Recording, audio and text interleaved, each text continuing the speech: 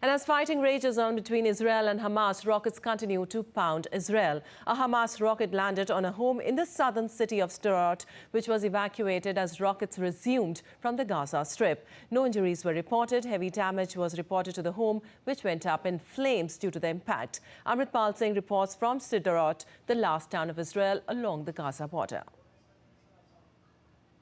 Even as the war between Israel and Hamas enters its 10th day, there is heavy fighting going on between both sides. Israel continues to pound targets inside the Gaza Strip, while Hamas is not backing down yet and is continuously firing rockets.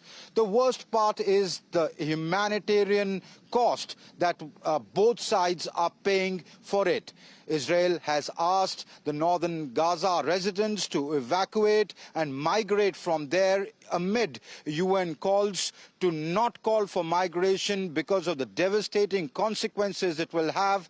But it is not just in Gaza that people are evacuating or migrating. Here on the Israeli side also, people are evacuating and migrating from the border towns with Gaza. Right now I'm in a small town called Sderot, which is right next to the Gaza border. This, if I can ask my cameraman to pan and show you, has become literally a ghost town. All the residents here have been evacuated and have migrated to other cities like Tel Aviv. This town which was bustling with children, with people, now has empty roads and looks like a ghost town.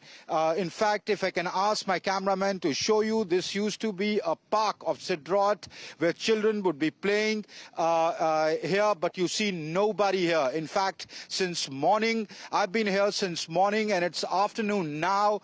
20 rockets have been fired by Hamas. So one, because of the rocket firing that is happening by Hamas into the border towns of Israel, that people are moving from here.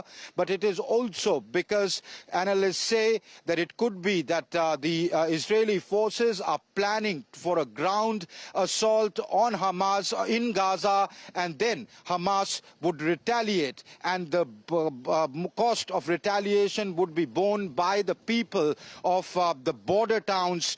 In fact, there are hardly any people left in these buildings. In fact, there is one gentleman that I see here. Shalom. Are you staying here? How many people are staying in this building? In this building, we are now only 3 men. All the families, it's out from Sderot. Okay. I think all Sderot now is in the Dead Sea. Okay. In the hotels. Okay. So when did your family move out of here, and where have they moved to?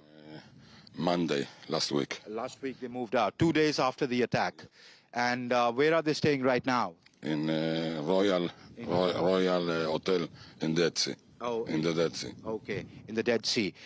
So why are people moving out? Is it because of the missile attacks, or is it because of the trauma?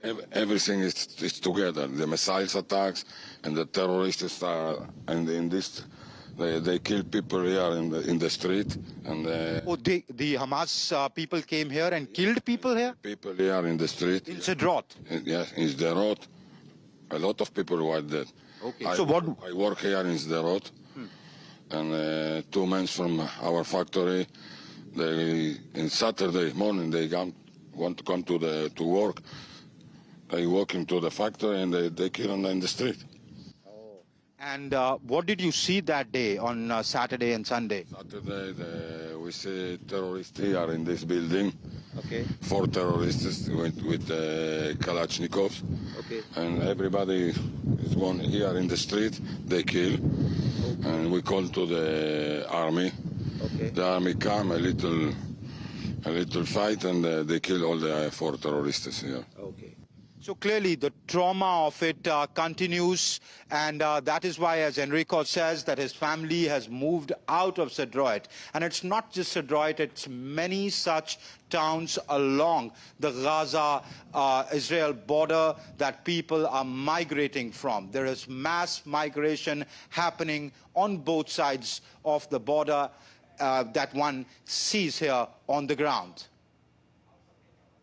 Well, health officials in Gaza's Hamas-run Gaza Strip have resorted to storing the bodies of Palestinians killed by Israeli air attacks in ice cream freezer trucks, as transporting them to hospitals is too dangerous and graves are overcrowded.